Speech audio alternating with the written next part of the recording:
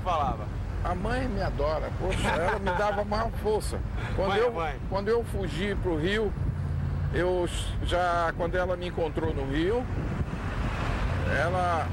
eu falei, mãe, eu não posso voltar, porque a senhora vai ter que assinar um contrato para mim na Philips. E já assinei o meu primeiro contrato que eu assinei na minha carreira foi com o João Araújo, pai do Cazuza. A Philips era uma gravadora de qualidade, então eles sempre tiveram assim, um cuidado muito grande. Eu apresentei naquele programa Hoje é Dia de Rock, do Jair Thaumaturgo.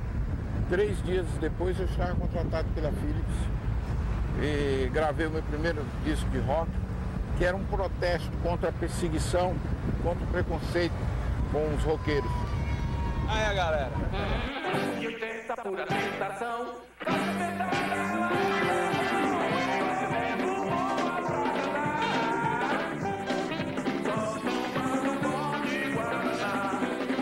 Eu tenho todos os adquiridos, né? Parabéns. Obrigado, querido.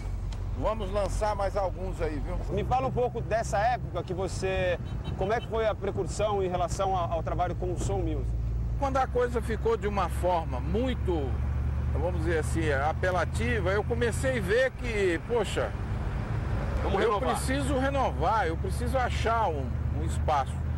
E um dia eu morava no Hotel Danúbio e o Tim Maia veio para fazer o programa do Roberto Carlos. As pessoas ligadas ao Roberto e Erasmo procurou afastar o Tim Maia, não deixou o Tim chegar, porque podia sujar a coisa. A imagem do Roberto Carlos. Mas eu era, como eu te falei, aquele cara irresponsável que não estava nem aí, eu não tinha empresário, não tinha absolutamente nada. Eu falei, Tim, estou contigo, você é meu produtor daqui para frente. E gravamos o primeiro disco, Soul no Brasil. Eu que tanto sonhei, mas não acreditei muito em mim. Você é mais do que sei, é mais que pensei. Todo mundo pensa que é o primeiro cantor que cantou o Você foi o Tim Maia, mas não foi. Quem gravou primeiro fui eu. E o Tim Maia, tem uma coisa interessante que eu não contei pra ninguém. O Tim Maia, quando me mostrou essa música, não tinha a letra pronta. E eu falei, essa música tem que abrir o meu disco.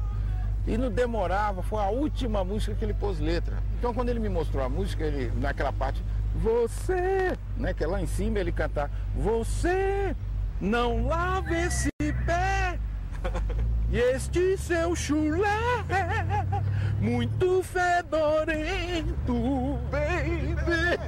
Eu falei, mas eu vou gravar essa música dele. Não, vai chegar uma hora, Vai sair. Aí no finalzinho de tudo ele chegou com uma letra e tal, e aí nós gravamos. Eduardo Araújo, Cachorro. De todos os roqueiros que existiam no Brasil, eu era o roqueiro assim mais descontraído, até meio um pouco irresponsável no que diz respeito ao que eu poderia fazer no palco. De repente... Você era um cachorro louco. Um cachorro, mas super louco. Então vamos soltar a moivada. Eduardo Araújo, tomando seu tempo de rock and roll. Fala, fera! Olha aqui mais um passista. E aí, garoto? Cai pra dentro. Cai pra dentro. Não passa com vontade não. Como é que tá? Beleza? Estamos chegando agora, então, no bar Rádio Country Brasil.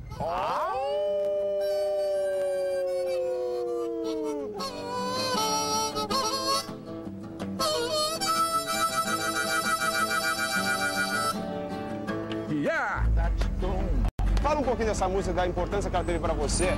Meu carro é vermelho, não uso espelho pra me pentear. Eu considero bom o hino do rock no Brasil. Botinha sem meia e só na areia eu sei trabalhar.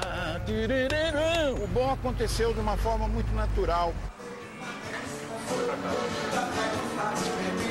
O cachorro tá ficando louco.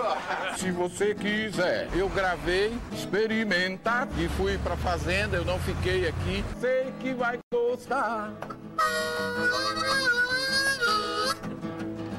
E a música começou a acontecer, subindo nas paradas, até ela chegar ao primeiro lugar nas paradas de sucesso. Depois dessa fase aí que ralou o coco com a mão. Ralou o coco com a mão. Subiu descalço e coqueiro. Já furou muitos bloqueios. Aí a coisa teve aquele patamar, né, de pessoal reconhecendo e tal. E aí ganhamos um dinheirinho. Não um dinheiro que o pessoal ganha hoje, não, sem dúvida. Mas já na mídia, todo mundo, o pai das menininhas achando tudo beleza, né? Já tinha, vamos dizer, eu tinha o meu programa de televisão na TV Celso. Como é que chamava? O Bom. É o bom demais. Ver muitas garotas para mim é normal. Eu sou o bom entre os demais.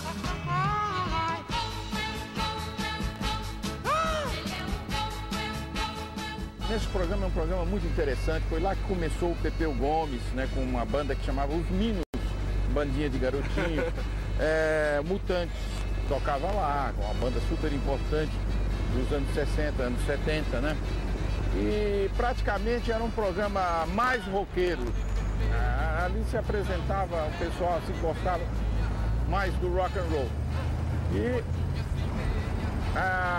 foi um programa de muita audiência, não concorria com o programa Jovem Guarda, porque o programa Jovem Guarda era no domingo. Era no domingo. E o programa O Bom era ao sábado. Como é que era a sua relação com o Roberto Carlos, com o Tremendão? Como é que era a sua relação com toda essa moçada?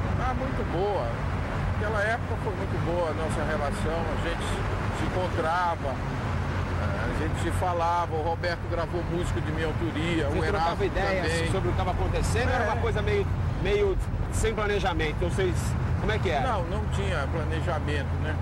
E não existia assim, como todo mundo pensa, que existia uma liderança do Roberto Carlos. Nunca existiu essa liderança. Por exemplo, na época o Vem Quente que eu estou fervendo, mas essa sim foi uma música muito regravada. Foi regravada pelo Erasmo, depois pela Nalva Guiar, depois mais na frente pelo conjunto, parece o Biquíni Cavadão. Até né? o Barão Vermelho agora. Barão Vermelho gravou, vendeu mais de 1 milhão de cópias, sendo essa música. 1 milhão de cópias. Sendo essa música a música principal, trabalho, né? a música de trabalho do disco, que faz parte do show.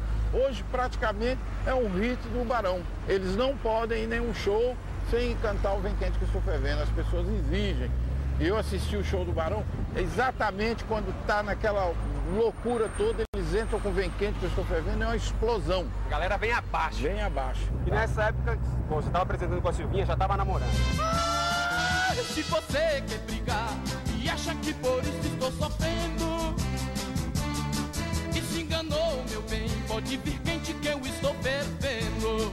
Quando ela veio para São Paulo, ela já estava aí com seus 14, 15 anos, eu comecei a namorar a Silvinha e eu casei com a Silvinha, ela tinha 17 anos. Dá licença, gato. Tudo bem? A Silvinha era a musa, assim, da juventude. Sabe o que é? Eu te vi aqui no cantinho e queria falar com você. Cantando o que ela cantava muito já naquela época.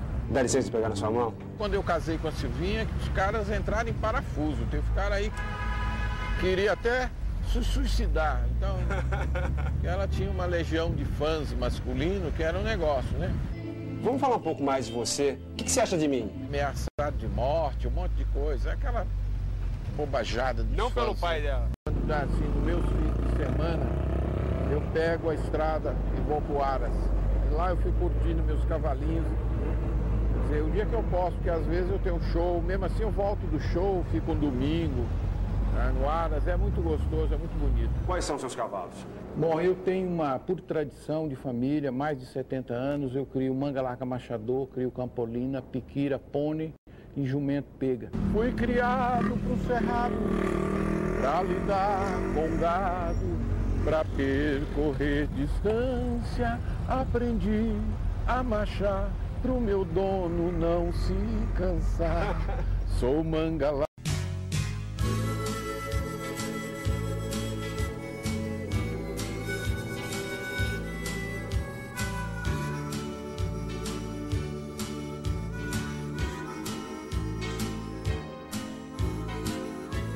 Estamos em pleno Minhocão, na cidade de São Paulo, centro urbano de São Paulo, essa cidade cosmopolita. Eduardo, como é que era a sua relação com São Paulo? Você estava falando que você viveu entre a fazenda e a cidade. Como é que era a sua relação? Como é que é a sua relação com São Paulo? Como foi? No início, a relação minha com São Paulo era uma relação um pouco, vamos dizer assim, um pouco difícil, porque foi um cara criado muito no interior, muito na fazenda, e aquilo me fazia muita falta. Mas hoje eu agradeço São Paulo, tudo que eu sou. São Paulo, para mim, minha segunda terra, é uma paixão muito grande que eu tenho por São Paulo, pelas pessoas. Agora com esse ambiente noturno, chegando aqui, noite, de pano de fundo, na hora do cachorro louco, vamos falar um pouquinho da época lá de 60, como é que eram os shows, como é que era a vida noturna naquela época?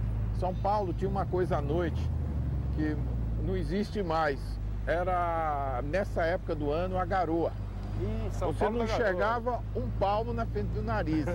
Tinha alguns lugares pitorescos para você ir, né? Por exemplo, na Rua Augusta tinha duas casas muito importantes que você podia curtir à noite.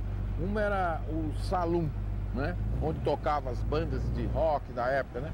E a outra era o Lancaster. O Lancaster também foi uma casa muito importante, todas as duas na Rua Augusta, né? Então, na verdade, a vida noturna de São Paulo era a Rua Augusta.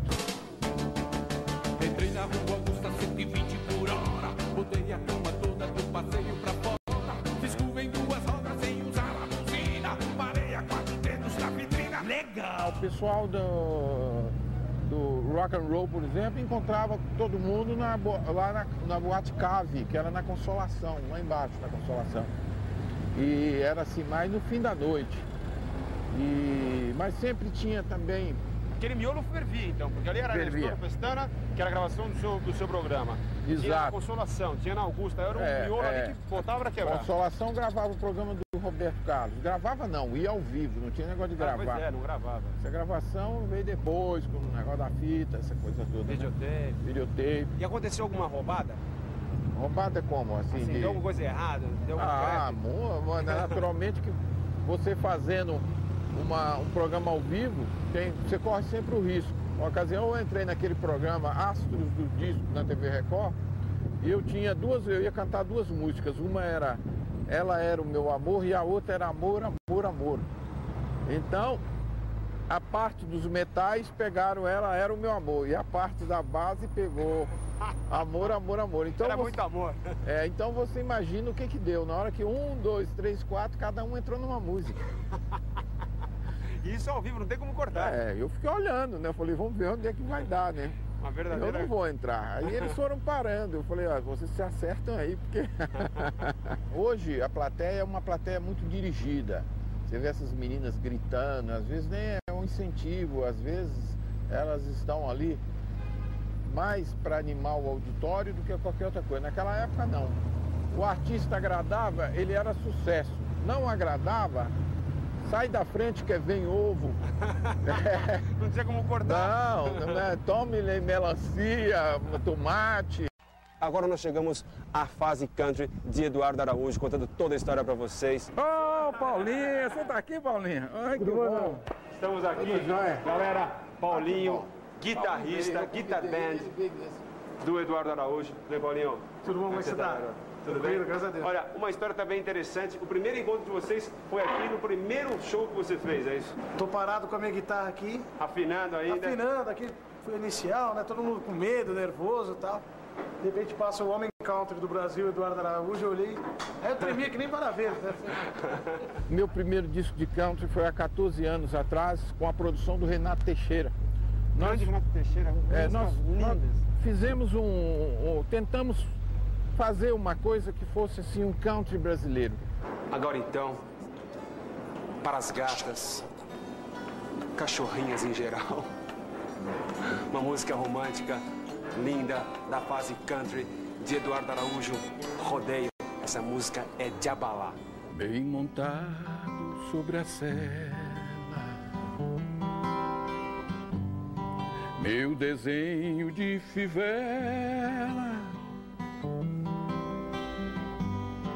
vê aberta a porteira, outro mundo se revela. O que é interessante nisso tudo é que você às vezes você fala assim, mas é country, você não pode falar de uma coisa mais urbana. Você pode, sabe? Porque não tem um urbano que ele não tenha origem numa fazenda. No campo. Tem várias histórias que você pode contar. Você pode contar a história de um cavalo, a história de uma fazenda, a história de um peão. E tudo isso numa característica que eles guardam sempre, né? Com o instrumental country, que é o pedal steel, a gaita de boca, o violino as guitarras, que tem toda uma... Hoje existem escalas dentro da country. Você estava falando da country music, que eles são responsáveis pelas guitarras elétricas. Fala um pouco dessa história. Tudo a parte de eletrônica, da música hoje, do pop, tudo isso deve à country music. A introdução da guitarra foi a country music que trouxe, o contrabaixo eletrônico também. Você pega um guitarrista que só toca algo muito determinado daquilo, quando ele chegar na hora de tocar country music, ele não vai tocar, porque a country music exige que a pessoa estuda country music. Não pode chegar, vamos fazer country, vamos lá. Você tem que ouvir muito country music para você poder. Falar um pouco agora da sua trajetória nos Estados Unidos, porque você agora tá com os Bellamy Brothers. Eu vou dizer que isso é uma história muito interessante, é como um prêmio na minha carreira. Um dia eu recebo um fax não, é um fax, aliás, foi um fax em casa, e mostraram aquilo. Eu pensei que era uma brincadeira do Paulinho, de alguém, porque o pessoal, assim que eu certifiquei mesmo, que era um convite mesmo do Bellamy Brothers, para mim foi assim, uma coisa, na hora eu estou respondendo, falando que estou aí, de coração aberto e tudo. E eles mandaram a fita para cá e eu versionei a música sem tirar Você canta a sua parte em português. Em português, mas mantendo a história, isso aqui é muito importante. E depois eu fiquei mais contente ainda porque eu recebi o convite para ir lá para Albuquerque gravar o clipe com eles. Eu falei, puxa, Bia, eu sou importante, poxa, que bacana. É um reconhecimento, é prestígio, é a sua carreira, você merece e todo mundo está acompanhando no CMT esse clipe que realmente ficou maravilhoso no Top 10 Countdown, já está chegando no topo. É mesmo? Já o quarto lugar ficou com The Bellamy Brothers. Supersonic's devastation.